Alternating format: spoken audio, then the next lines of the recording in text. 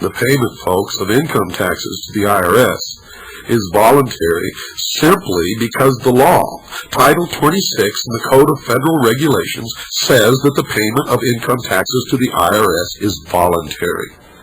It's just that simple. It's just that simple.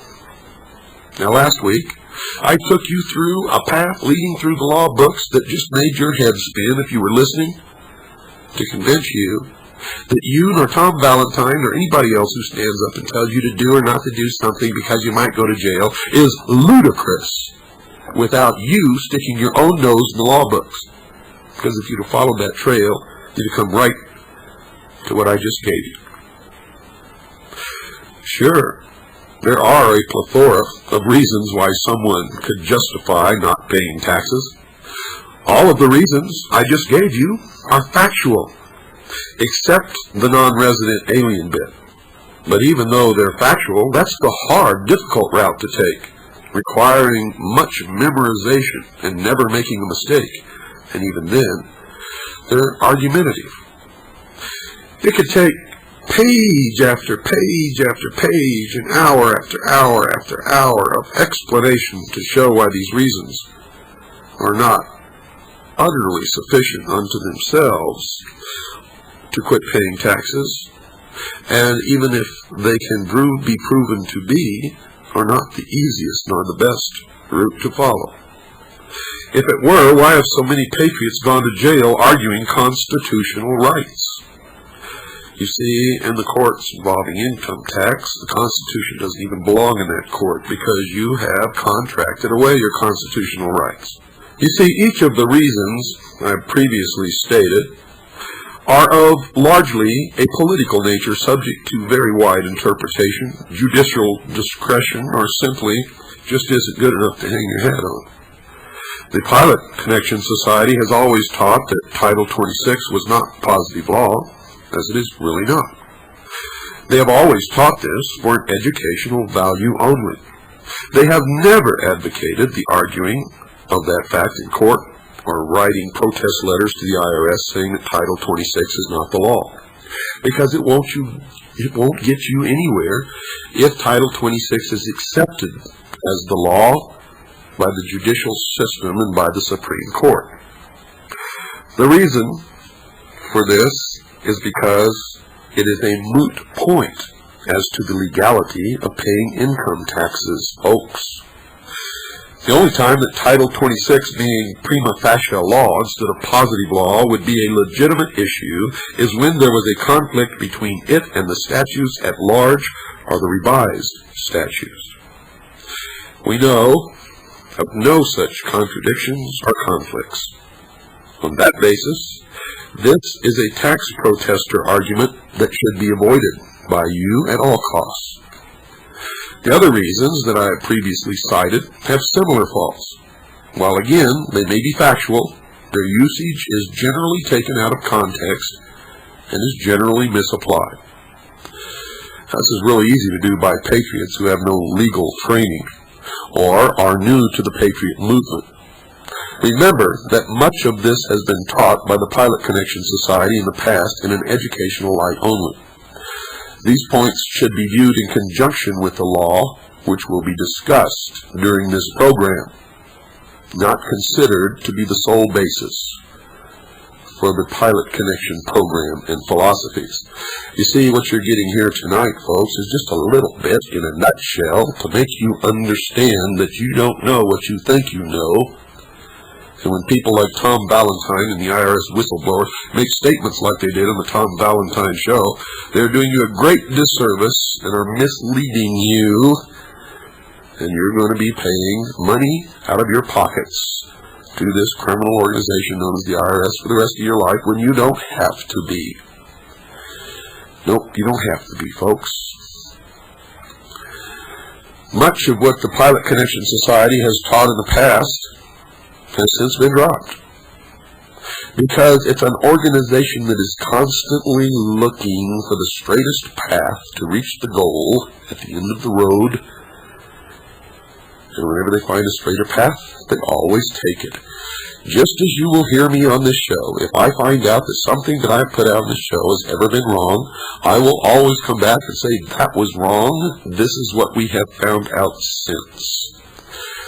If you find someone who is sticking to the same story year after year after year, and the story doesn't change, and even the wording of the sentences and the paragraphs is always the same, you're listening to someone who has memorized something and it will never change, no matter how wrong they turn out to be.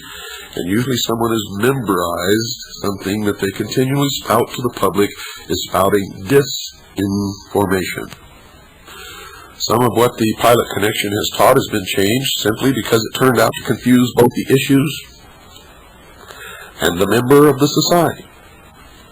The members sometimes understood one thing, while the Home Office thought they actually understood another.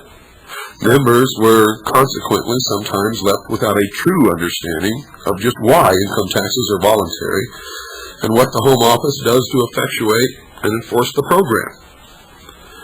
The paradigm, folks, has shifted to a code-based strategy, not a tax protester strategy, and therefore the teachings have shifted also. And this has turned out to be the best method of any that has ever been taught to anyone ever. Why are income taxes voluntary? Simply because the law, Title 26, and the Code of Federal Regulations, and the IRS's own publications assert that income taxes are voluntary for citizens and non-citizens alike, though the methods utilized by them to become untaxed are slightly different. Now let's see what the law says, folks. Listen very carefully. This is very, very interesting if you have a keen mind and you don't want to be taken down the garden path like so many of you are all the time by just about everybody you meet. 26, United States Code 7701A16. Quote, withholding agent. The term withholding agent means any person required to deduct and withhold any tax under the provisions of Section 1441, 1442, 1443, or 1461, unquote. Now, most people, folks, believe that a withholding agent is their employer. You'll see shortly that your employer has no authority whatsoever to withhold taxes from your earnings. I'm going to give you now titles of the sections that apply to a withholding agent. Listen carefully. 26, United States Code 1441, quote, withholding of tax on non-resident aliens, unquote. 26, United States Code 1442, quote, withholding of tax on foreign corporations, unquote. 26, United States Code 1443, quote, foreign tax-exempt organizations, unquote. 26 United States Code 1461, quote, every person required to deduct and withhold any tax under this chapter is hereby made liable, unquote. Now, a lot of you think that you fall into that, but listen to this. The key to understanding Section 1461, folks, is the part which says, quote, under this chapter, unquote. You see, in the law, everything must be spelled out explicitly. The chapter being referenced by Section 1461 is Chapter 3, which is entitled, quote, withholding of tax on non-resident aliens and foreign corporations, unquote. Now, just ask yourself very simply, are you a non-resident alien? Probably not. Are you a foreign corporation? Probably not. Then under the provisions of the Internal Revenue Code, is it possible that your employer can be authorized to deduct and withhold any tax? Absolutely not. The Code of Federal Regulations, folks, and IRS Publications 54 and 515, the IRS's interpretation of 26 United States Code and the Code of Federal Regulations, further asserts the voluntary aspects of the income tax. Now let's see what they have to say. Under 26 CFR 1.1441-5, quote, claiming to be a person not subject to withholding. A. Individuals, for the purposes of Chapter 3 of the Code, an individual's written statement that he or she is a citizen or resident of the United States may be relied upon by the payer of the income as proof that such individual is a citizen or resident of the United States. This statement shall be furnished to the withholding agent in duplicate, unquote. Now, according to what you just read, all you have to do to tell your employer that you're not a non-resident alien, foreign corporation, or foreign tax-exempt organization, and therefore not subject to withholding, is to write him a letter in duplicate stating that you are a citizen or resident of the United States. Now, doesn't this support 26 United States Code 7701 mentioned earlier in its definition of a withholding agent? Well, of course it does. Not only that, but your employer is required to have a specific form designated him as a withholding agent in order to be able to withhold your taxes from your paycheck if you are subject to taxes. We have yet to find an employer who has such a form. Now, the IRS agrees with all of this.